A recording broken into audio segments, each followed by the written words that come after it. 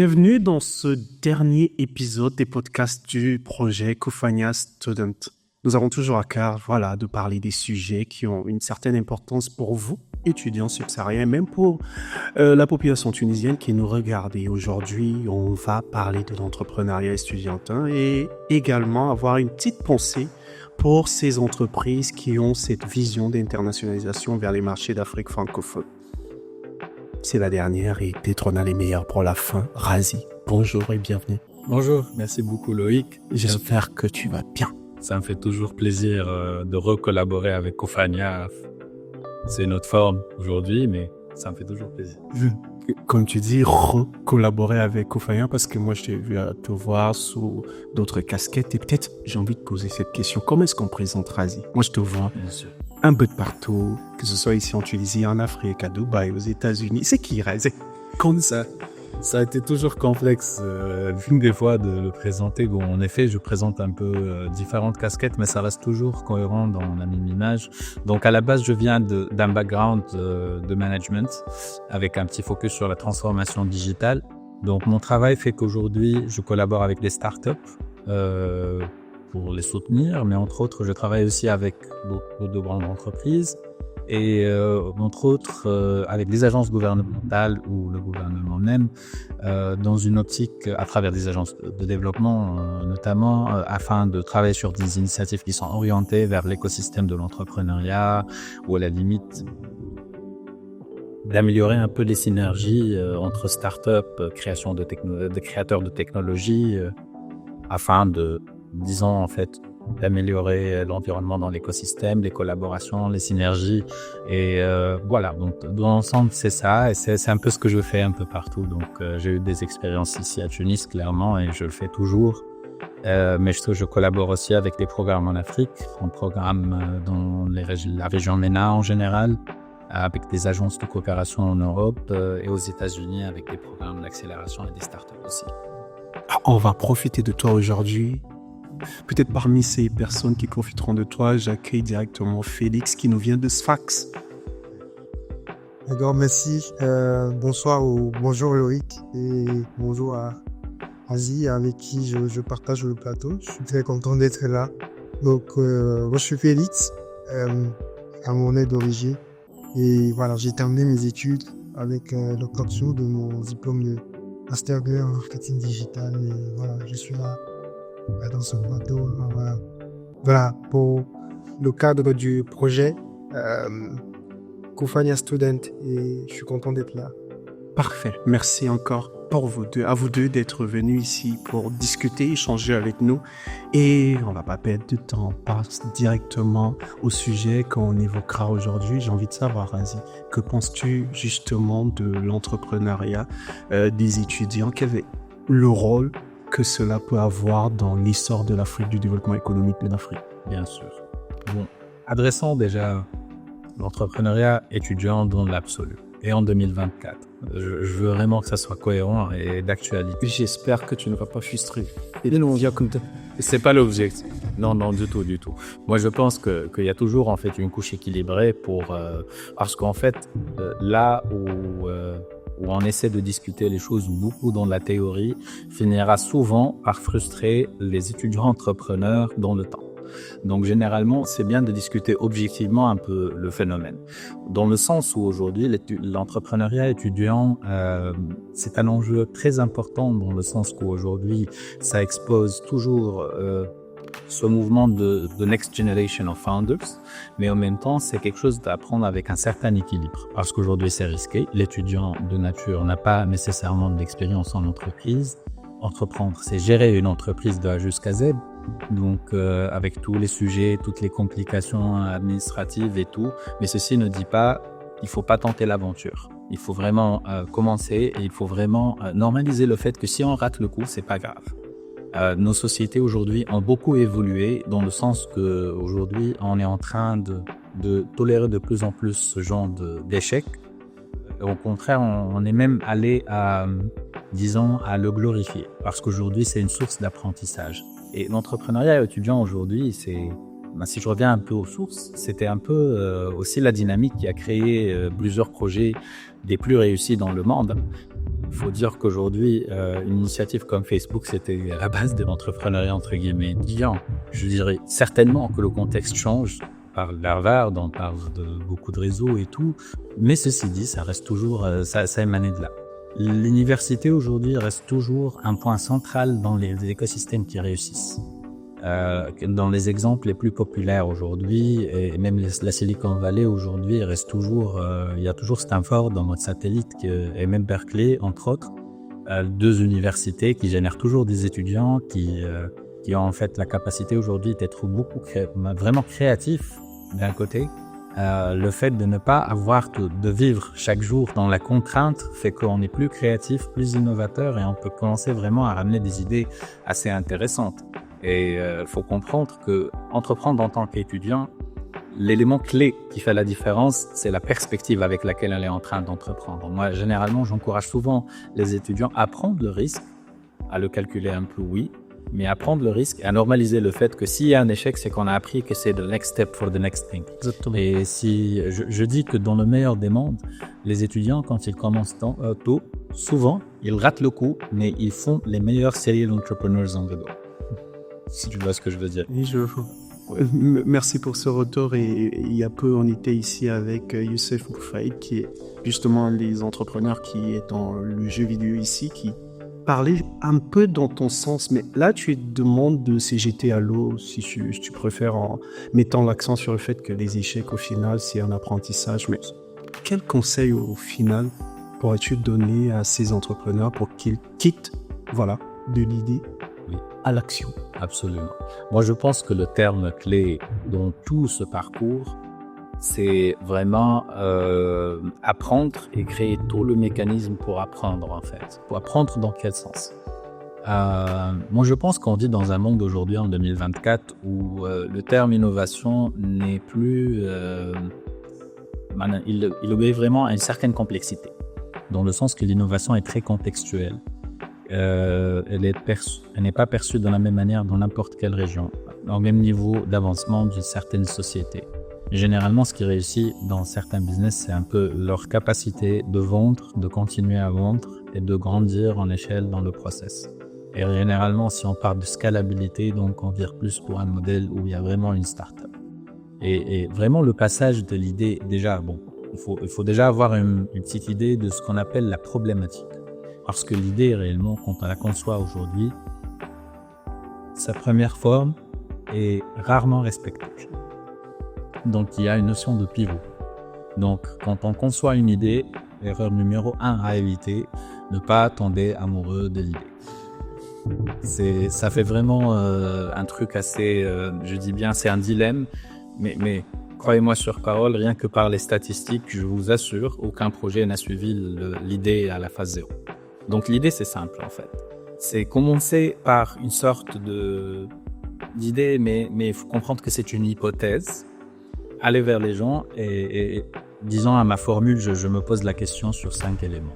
Donc élément 1, c'est se poser la question à quel problème je suis en train de répondre. Mais donc il y a une question avant, c'est pour qui? On est d'accord. On a un client qu'on définit et c'est quoi le problème qu'on essaie d'identifier. Il y a des gens qui me disent oui, mais on est en train de générer des opportunités aussi. Tout à fait. Mais les opportunités sont des fois des problèmes cachés qui sont mal exprimés, mal utilisés ou mal valorisés en fait. Ou c'est un problème qui va survenir dans le futur proche. Donc au final, c'est une question de comprendre ça et comprendre pourquoi et à quel degré ce problème il est important. Parce que ça fait changer, ça fait vraiment en fait changer les choses et c'est en mieux nous plaçant à proximité de nos clients qu'on avance un peu à faire le pas. Et un avantage pour un entrepreneur étudiant, c'est qu'il y a aujourd'hui un changement d'attitude aussi en fait qui fait que on est en train d'accommoder un peu les étudiants qui sont dans cette exploration. Mais il y a une attente aussi qu'il y a une approche rigoureuse qui vient avec. Donc généralement, c'est toute l'image, la manière d'adresser tout ça, ces questionnements-là. Donc bref, pour résumer très rapidement encore une fois. Donc ces 3 questions, déjà, c'est un bon démarrage pour le faire. Et l'idée, c'est d'en faire un exercice continu, de comprendre et de raffiner un peu cette zone-là jusqu'à avoir un niveau de certitude que le problème se manifeste comme ça. Il est important à ce degré-là et c'est là qu'on commence à mettre la solution la plus adéquate. Donc l'idée, c'est pas d'imaginer le tout dès le début, c'est bien de le faire, mais c'est une hypothèse. C'est pas la matière sur laquelle on va travailler. Et d'aller progressivement et d'essayer d'avancer petit à petit à comprendre est-ce que notre solution est la bonne solution pour ce faire, et pour arriver après à dire est-ce que c'est la bonne manière avec laquelle mes clients veulent que je résous le problème. Donc on est à 4 questions déjà. Vous voyez, si on arrive à ça, après tout, on n'est pas en train de faire ça pour faire du mécénat, quoi que ce soit. L'entrepreneuriat, c'est du business aussi. Je pense qu'on est d'accord. Donc, il faut vous poser la question où on trouve nos clients et quand ils vont nous payer. Je pense que ça résume un peu... Ça résume parfaitement. Consultant dont on a l'impression d'avoir une consultation gratuite. Bon.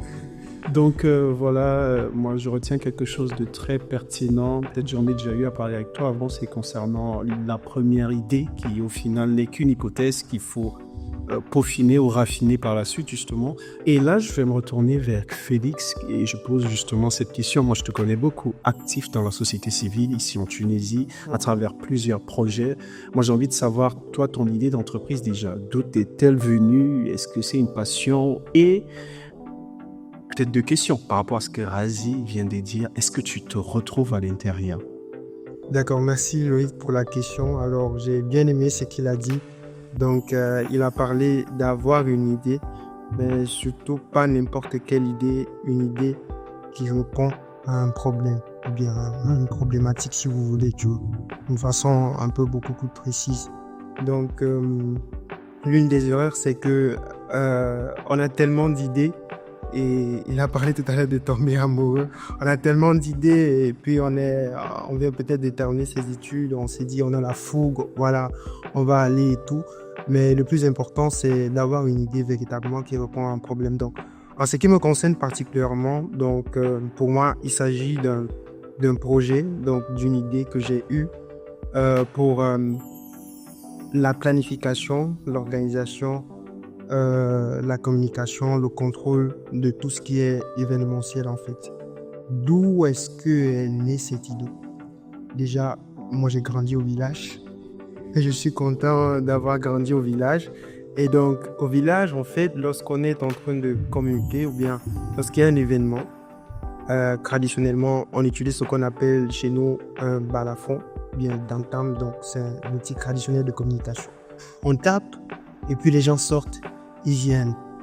Mais aujourd'hui, on est à l'ère du numérique. Aujourd'hui, nous sommes en 2024.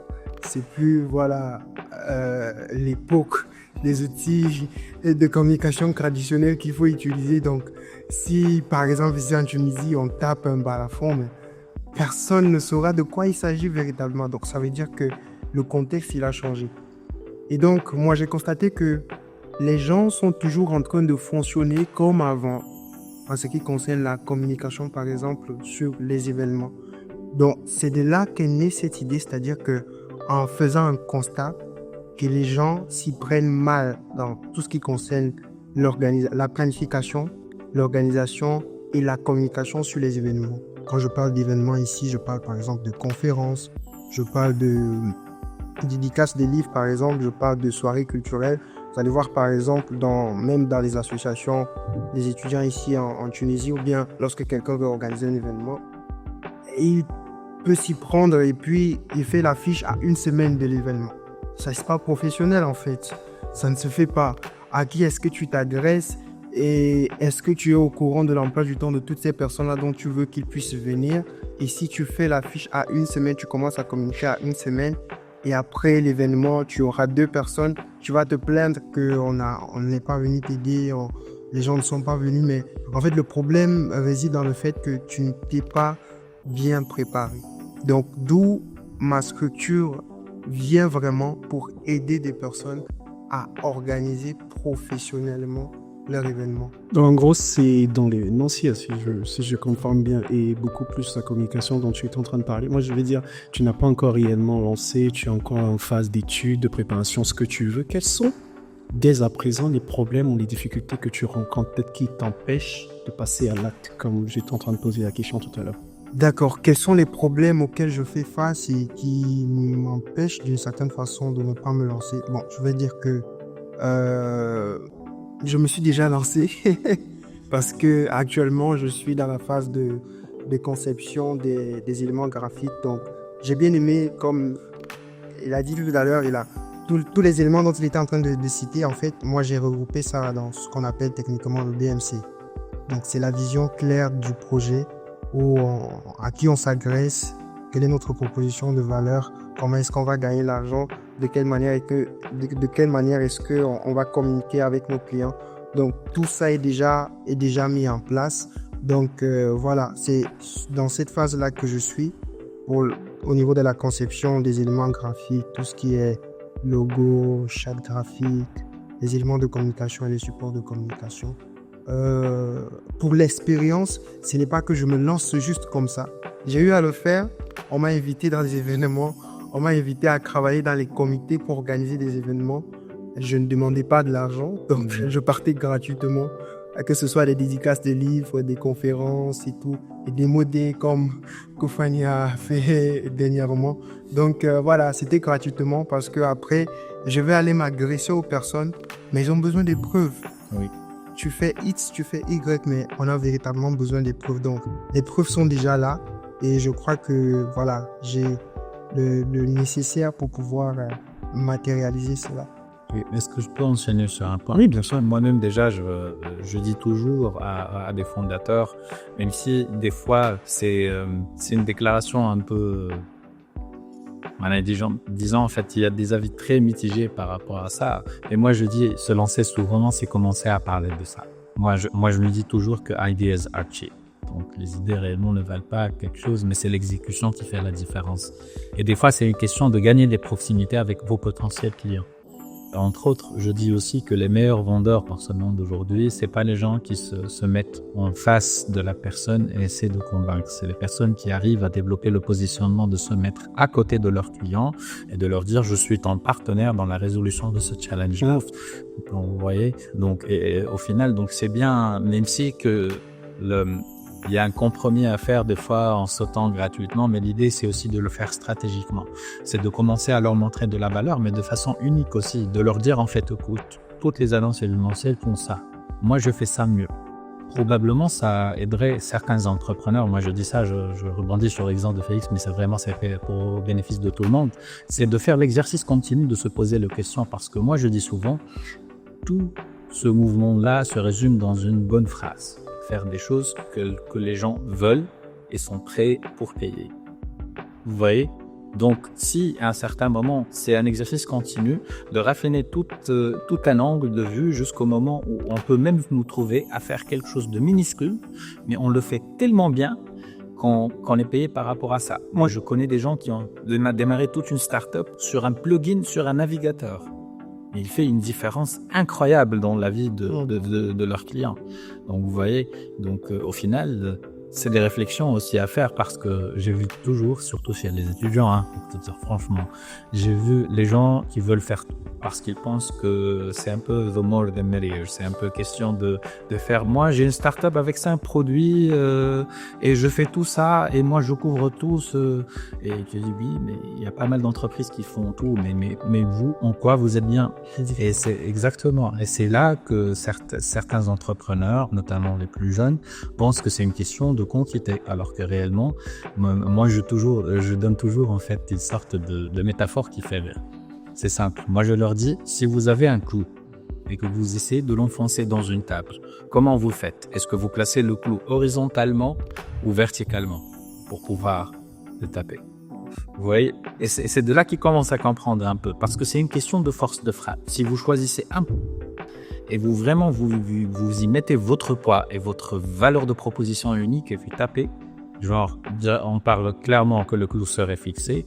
Et moi, je figure cet instant-là comme très simple. On a développé de la crédibilité dans ce qu'on fait. On commence déjà à nous mettre en place.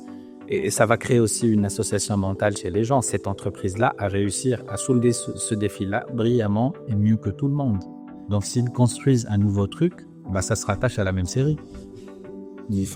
C'est très, très pertinent. Et peut-être, moi, j'ai envie de poser une petite question qui n'est pas On ne sort pas trop de ce qu'on est en train de faire ici, mais récemment, nous étions ici avec Mariem, c'est l'amie de Afrilabs, qui avait un point très intéressant sur l'entrepreneuriat, comme quoi tout le monde n'est pas fait pour entreprendre. C'est pas pour décourager, encore une fois. Moi, j'aimerais, vu que j'étais ici, avoir ton point de vue dessus. Surtout en Afrique, où on pense parfois que pour rattraper ce gros gap qu'on a eu par rapport aux autres continents à travers la révolution industrielle qui nous a nappés, et on peut le rattraper avec l'entrepreneuriat et les nouveaux outils comme l'intelligence artificielle aujourd'hui. Oui. Écoute, pour moi, cette idée est simple. Moi, je la transforme un peu. Moi, je dis que c'est pas nécessairement tout le monde qui est né pour être visionnaire.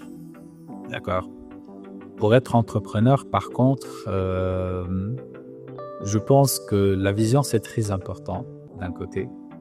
On peut entreprendre à un degré, mais pas au point vraiment de casser vraiment des records et des barrières et tout. Moi, je pense que c'est une question d'attitude. Si on dit tout le monde que pas tout le monde est fait pour l'entrepreneuriat, moi, personnellement, dans ma théorie, c'est pas une question qu'il y a des gens qui sont nés pour l'être et les gens qui ne sont pas. Moi, je pense que c'est une question de vraiment de reconnaître quelques éléments. Le premier, c'est l'attitude. Moi, je dis que, par exemple, moi, j'ai rencontré des entrepreneurs dans la période de mon accompagnement qui se permettent de dire facilement que le mal, c'est l'autre.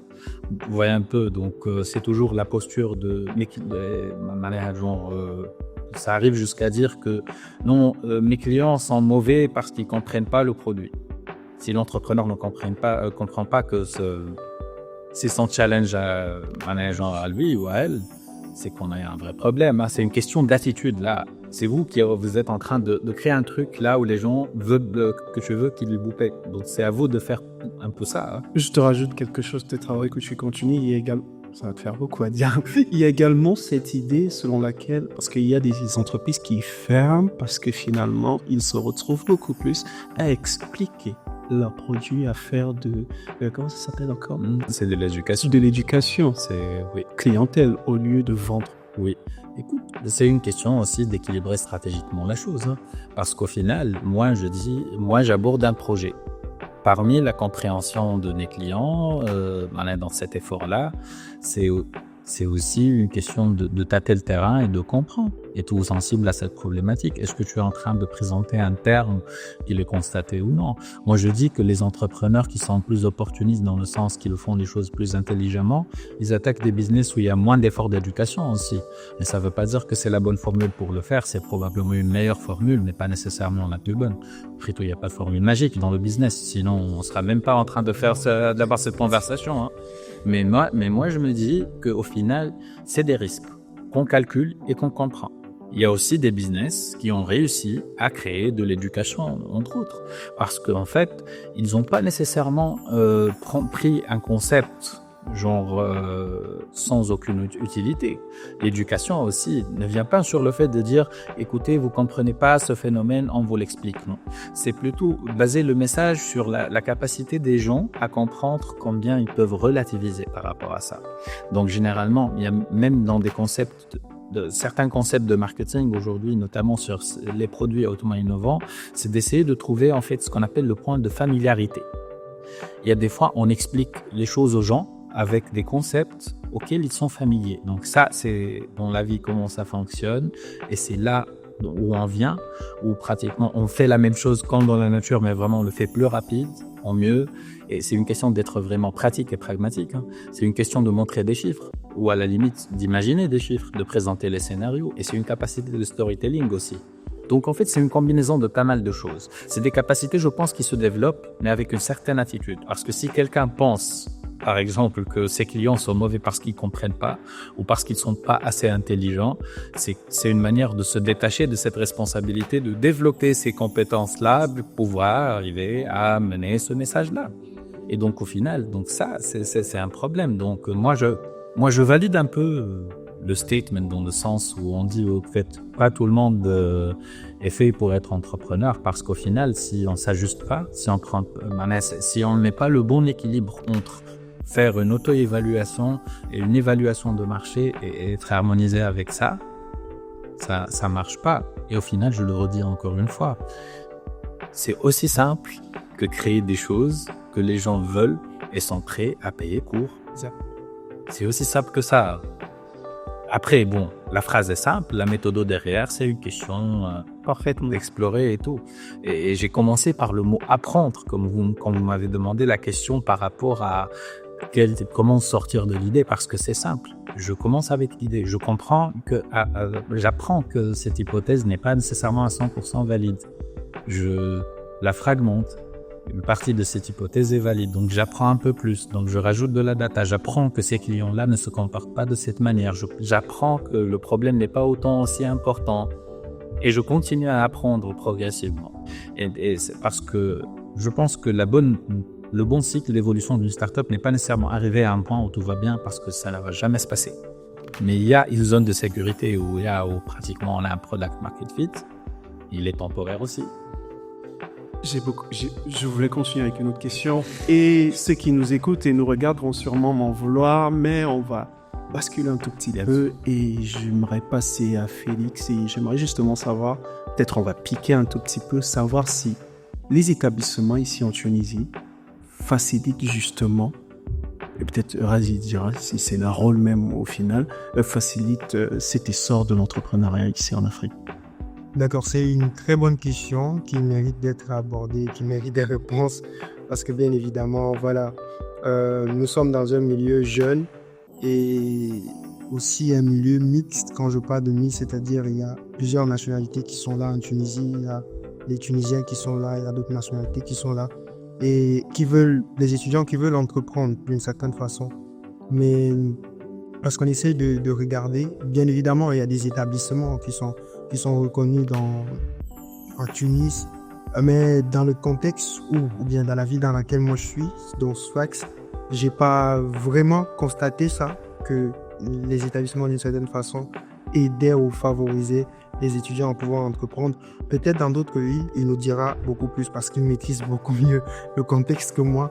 Mais voilà, je crois qu'il y a des établissements, ils ont même, comment on appelle ça, des incubateurs au sol des établissements qui aident, que ce soit des étudiants qui veulent entreprendre, que ce soit des Tunisiens ou des internationaux. Donc, ils ont la capacité de pouvoir les accompagner dans la conception de l'idée, l'exécution jusqu'à la matérialisation du projet. Mais dans d'autres établissements, c'est pas pris en compte. Donc, sur ce point-là, c'est ce que je peux dire en fait. Parfait, mais il y a Kofaya Student. Effectivement. Donc, il y a Kofaya Student, heureusement, qui est là pour accompagner aussi, voilà, des étudiants qui veulent se lancer dans l'entrepreneuriat, des étudiants qui ont des idées de projets et qui veulent bien évidemment se lancer dans l'entrepreneuriat. Kofaya Student est là pour pouvoir les accompagner. Donc, comme j'ai dit, heureusement. Sinon, voilà, c'est un peu le contexte dans lequel nous sommes. Et moi, personnellement, je vais pointer d'une certaine façon les établissements du doigt. Pourquoi? Parce que ça aide en fait. Je pense que même dans la suite, peut-être qu'on va demander, on va aborder la question pourquoi est-ce qu'on doit intégrer par exemple des internationaux dans les startups tunisiennes qui veulent bien s'internationaliser. Je crois que ça devrait être vraiment un avantage. Ça devrait être vraiment un avantage parce que ça va aider. Non seulement ils vont voir que voilà, le pays dans lequel nous sommes nous encourage à pouvoir entreprendre. C'est aussi l'opportunité de pouvoir être des ambassadeurs, voilà, de ce pays-là, bien de ces startups-là dans nos différents pays respectifs. Donc, merci Félix. Et peut-être avant de parler justement de ce sujet, moi, je ne me pose pas de questions. J'aimerais avoir ton point de vue dessus. Établissement, est-ce que c'est leur rôle? Écoute,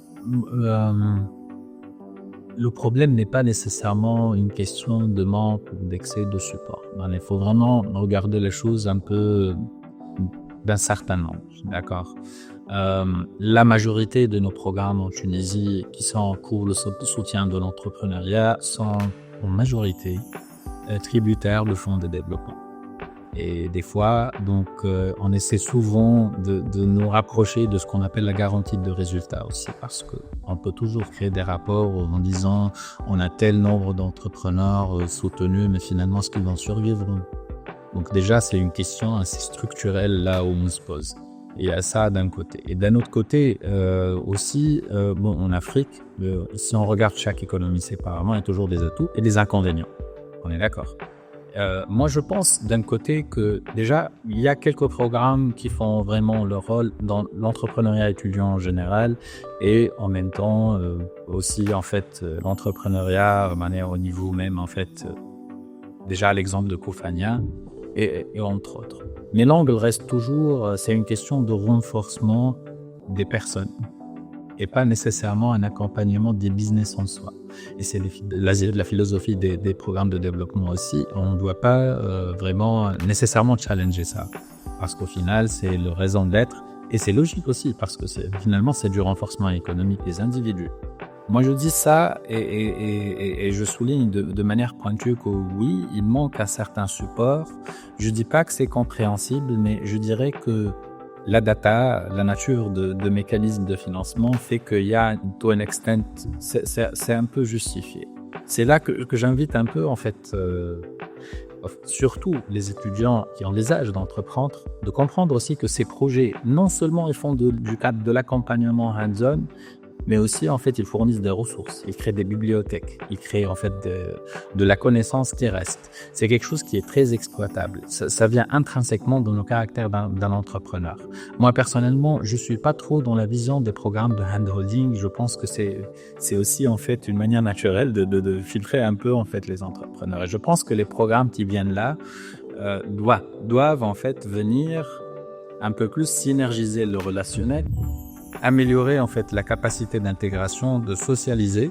Et c'est là que j'invite aussi en fait, les étudiants de toute provenance de s'intégrer dans au moins les événements. Ça peut créer un impact. Moi, je suis un peu dans l'approche when life gives you lemons, you make lemonade. Tu vois ce que je veux dire?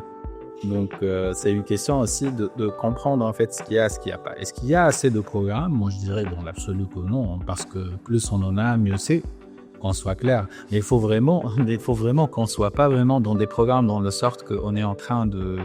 C'est le paradis pour tout entrepreneur, c'est le papillon partout, parce que à l'aboutissement de ce programme, on est souvent confronté à une réalité très difficile à n'importe quel pays dans la planète. Ouais. Donc il faut comprendre aussi que les programmes viennent compléter. Donc entre autres, il y a en partie un effort de l'entrepreneur, et les programmes doivent s'ajuster pour passer un peu les phases les plus difficiles et de manière très impactante.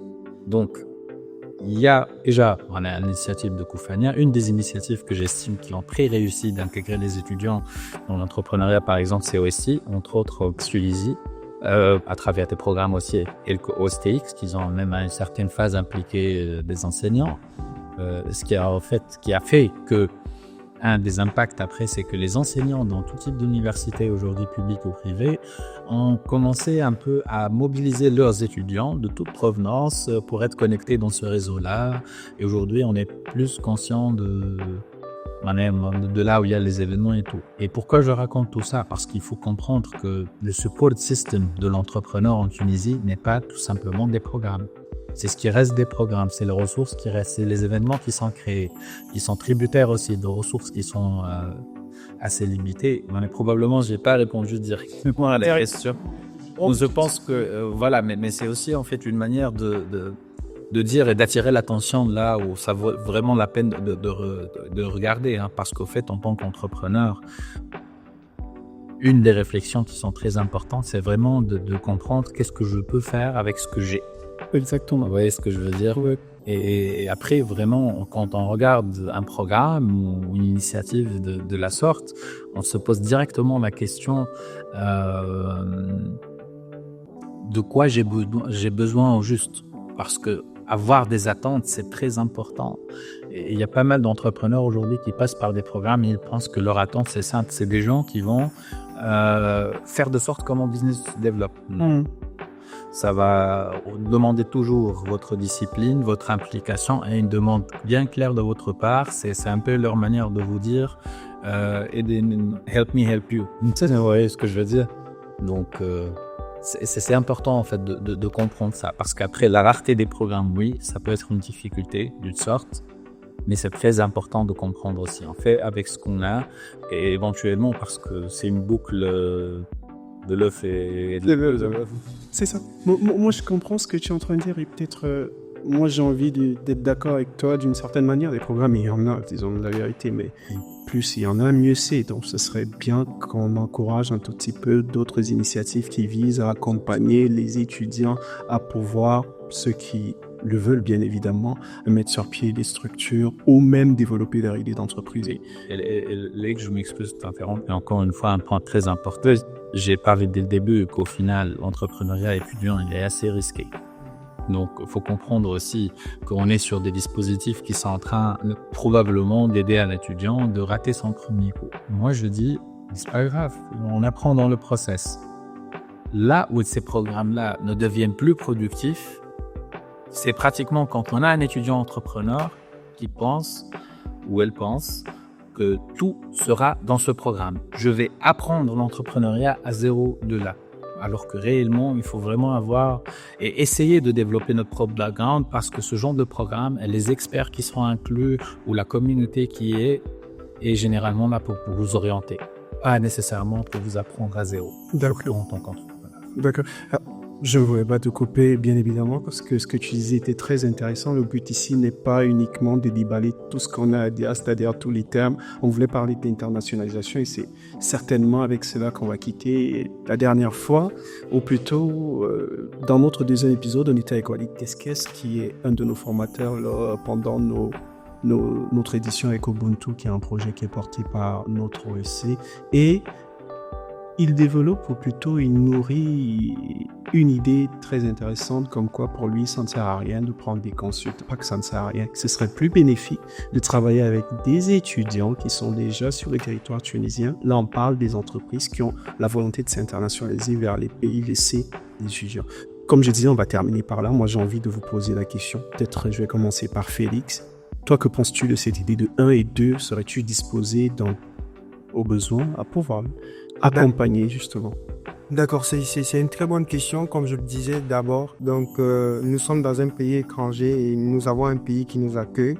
Et donc, les entreprises ou bien les startups de ce pays-là qui ont à cœur de pouvoir s'internationaliser dans les marchés des autres pays africains, aller prendre des consultants, ce n'est pas mauvais, mais je pense que intégrer plutôt des personnes qui reviennent de ces pays-là, vers qui ces startups ou bien ces entreprises veulent aller, serait la meilleure idée. Pourquoi est-ce que je dis cela? Parce que ces personnes-là, ils connaissent leur pays, ils connaissent le contexte économique, politique, culturel. Je pense que ce sont des éléments sur lesquels, que ce soit une startup ou bien une entreprise, lorsqu'elle veut s'internationaliser, bien elle veut attaquer un nouveau marché, elle doit le savoir. La culture, l'économie, la politique, le langage, tout, elle doit maîtriser ces choses.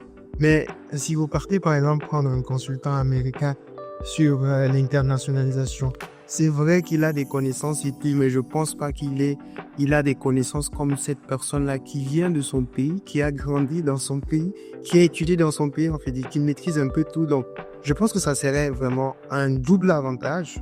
Non seulement parce que cette start-up ou bien cette entreprise-là aura des informations qui sont d'actualité, des informations qui sont vraies, mais aussi, et pourquoi je parle de double, parce que d'une certaine façon, cet étudiant-là qui vient par exemple du Cameroun, lorsqu'il va peut-être rentrer, il devient un ambassadeur, ça c'est clair. Il devient ambassadeur de la Tunisie là-bas, il devient ambassadeur de cette entreprise là-bas. Et donc, voilà pourquoi je parle de double avantage en fait. Donc, pour moi, c'est la meilleure idée, la meilleure chose que les startups ou bien les entreprises qui veulent s'internationaliser peuvent faire pour pouvoir, maximiser les chances de réussite en fait à l'international. Merci Félix et Razi. Comme je disais, c'était pour terminer. Moi, j'ai envie de savoir quelles pourraient être les limites justement. Oui. Parce que là, on parle, ça a l'air très bon, mais que faisons-nous de l'expertise? Que faisons-nous de... Voilà. Écoute, d'ailleurs, je rejoins Félix sur pas mal d'éléments de ce qu'il a mentionné, mais après aussi, il faut garder les choses en étant dans un sens assez réaliste. Dans quel sens? Je suis sûr et certain que vous avez rencontré des Tunisiens qui sont déconnectés de l'environnement politique et tunisien. On est d'accord. Donc, au final, moi, je dis aussi, c'est une question de profil. Moi, je dis souvent qu'aujourd'hui, même l'effort que vous mettez déjà sur la formation, sur l'accompagnement et sur pas mal de choses, revient aussi à des éléments de développement personnel. Là où les gens, en fait, doivent aussi, en fait, développer ce profil, ce brand personnel. C'est un travail aussi, hein, entre autres. Il faut être, en fait, entrepreneur avec soi, avant même d'intégrer des équipes et tout, hein. Il faut aussi, en fait, vendre ces éléments-là. Moi, je rencontre, en fait, par exemple, moi, je travaille aussi sur des missions en Afrique et j'ai rencontré des jeunes, en fait, qui se sont lancés sur des projets et je trouve vraiment deux types. Je trouve les gens qui sont vraiment en mode discussion. Moi, j'ai lancé ce projet-là, problématique, solution. Ils sont vraiment prêts. C'est des gens rigides avec qui tu dois avoir une conversation. Et j'ai rencontré des gens qui sont impressionnants. Genre, première étape, on n'a jamais discuté de leur business déjà, mais c'était vraiment par rapport à leur culture générale. Ça a commencé toujours avec un échange par rapport à leur culture, à ce qui existe et tout. Ils avaient une capacité de socialiser qui était extraordinaire. Vous voyez, ça c'était déjà un symptôme, genre tu captures, et c'est une personne que... Il y avait de l'humain. Exactement, il y avait de l'humain, c'était organique et il y avait aussi tu vois, it's impressive, tu vois, c'est quelqu'un qui avait la capacité de socialiser, de se mettre là-bas, dans cette scène-là, de parler, de se présenter. Ça, c'est important. C'est un jeu d'équipe, après tout, de collaborer. Donc, et c'est des gens avec qui tu as cette première impression et next step, c'est la personne à qui tu penses du moment qu'il y a un event ou un truc comme ça. Écoute, tu dois connaître des gens et tout. Moi, je dis ça aujourd'hui parce que c'est important de comprendre, c'est un jeu d'impression. Avant qu'on parle d'effets régionaux et tout, réalistiquement parlant, je vais pas nécessairement dire, c'est une réflexion très simpliste de dire aujourd'hui, je prends ça comme exemple, genre écoute, je dis n'importe quoi, Loïc il est de ce pays-là et je veux découvrir ce pays, je vais appeler Loïc. Donc c'est un peu la démonstration de votre côté et c'est aussi le constat de l'entreprise parce qu'au final, à aisance de moyens, je pars voir un consultant. Ce sera pas nécessairement intelligent de voir quelqu'un qui n'est pas dans la région. Mais après, écoute, si quelqu'un maîtrise un peu le sujet de l'expertise, il va l'approcher de cette manière. Moi, j'ai besoin de quelqu'un qui comprend le métier, donc c'est l'expérience un peu technique. Et il y a l'expertise région aussi. Donc, les gens qui connaissent le marché, ses ficelles, les éléments culturels, le management international comme discipline à la base. C'est ce qu'on appelle le management interculturel au final, hein? Ouais. Parce que c'est des distances culturelles qui font la différence. Donc vous voyez, donc je peux avoir deux experts comme ça et ça part. Mais réellement, quand j'ai quelqu'un à cette attitude-là et avec cette ouverture, mais aussi qui montre en moi une volonté d'apprendre et de donner aussi, on a déjà face à un profil que non seulement il y a ces aspects-là, mais c'est quelqu'un qui s'intègre dans l'équipe. Il est ambassadeur de son propre pays, de sa propre culture. Pour moi, en tant que fondateur, je le vois aussi comme un atout pour développer une multiculturalité interne. Déjà, donc j'ai une équipe en fait qui est constituée de tout et de rien. C'est un système de croyances un peu mixte. C'est un respect des traditions de l'un et de l'autre. Et on est dans ça. Vous voyez un peu des phénomènes où, par exemple, il y a un event de Koufania. Vous voyez, en fait, vous étiez pratiquement une salle pleine lorsque vous avez ramené un peu les troupes et tout ça. Et c'était impeccable. Vous voyez, donc les gens veulent voir vraiment ça d'un côté. Donc il y a un volet humain. Il y a un intérêt des gens pour voir un peu aussi votre aisance à le faire. Et dans ce genre de discussion, c'est une question de se créer cette marque-là. Cette capacité de vous dire aujourd'hui, c'est une personne avec qui c'est bien d'avoir une conversation. Là, il y a une certaine curiosité aussi parce que cette personne-là peut grandir avec moi. Et là, je parlais vraiment de base pour être dans une équipe avant même de parler quoi que ce soit. Oui. Donc moi, je tends souvent à recadrer ça parce que je vois énormément d'opportunités. Mais c'est une question de l'attitude aussi. Parce que je rencontre un peu de tout dans les communautés. Et il y a des gens qui sont des fois un peu retirés, qui n'ont pas d'aise. Ça fait une limite aussi. Parce qu'au final, moi, je pense... vous voyez un peu la communauté. On n'est pas je pense que surtout en Tunisie, une bonne composante culturelle, on n'est pas renfermé sur soi. Vous voyez? Je vois, ça se discute aussi d'une certaine manière. Ça peut être discuté, mais à la limite, je dis que dans l'environnement de l'entrepreneuriat, des fois, je pense, en fait, c'est un peu une question d'analyser un peu tous les facteurs et de l'avancer parce que je pense que c'est des problèmes qui se vivent à des échelles assez différentes. Donc, D'accord. Encore une fois, déjà merci à vous deux d'être venus ici aujourd'hui et d'avoir échangé avec nous sur ces sujets fort intéressants dont je sais qu'ils sont intéressés par beaucoup de personnes ici. Et c'est sur ce, je pense qu'on va se quitter. On va m'en vouloir parce que je pense qu'il y avait beaucoup de choses encore que... On se quitte comme amis. On se quitte comme amis. Donc voilà, nous étions là pour le dernier épisode de cette saison 2 des podcasts du projet Kufanya Student. On rappelle qu'il est mis en œuvre par l'Association African Business Leader en partenariat avec la Fondation Friedrich Naumann pour la liberté. On va se quitter dessus et se revenir très bientôt. Et je n'oublie pas de saluer Nawel Bizid et Montassar qui sont derrière la caméra, qui nous ont aidés tout au long de ces épisodes. À la prochaine.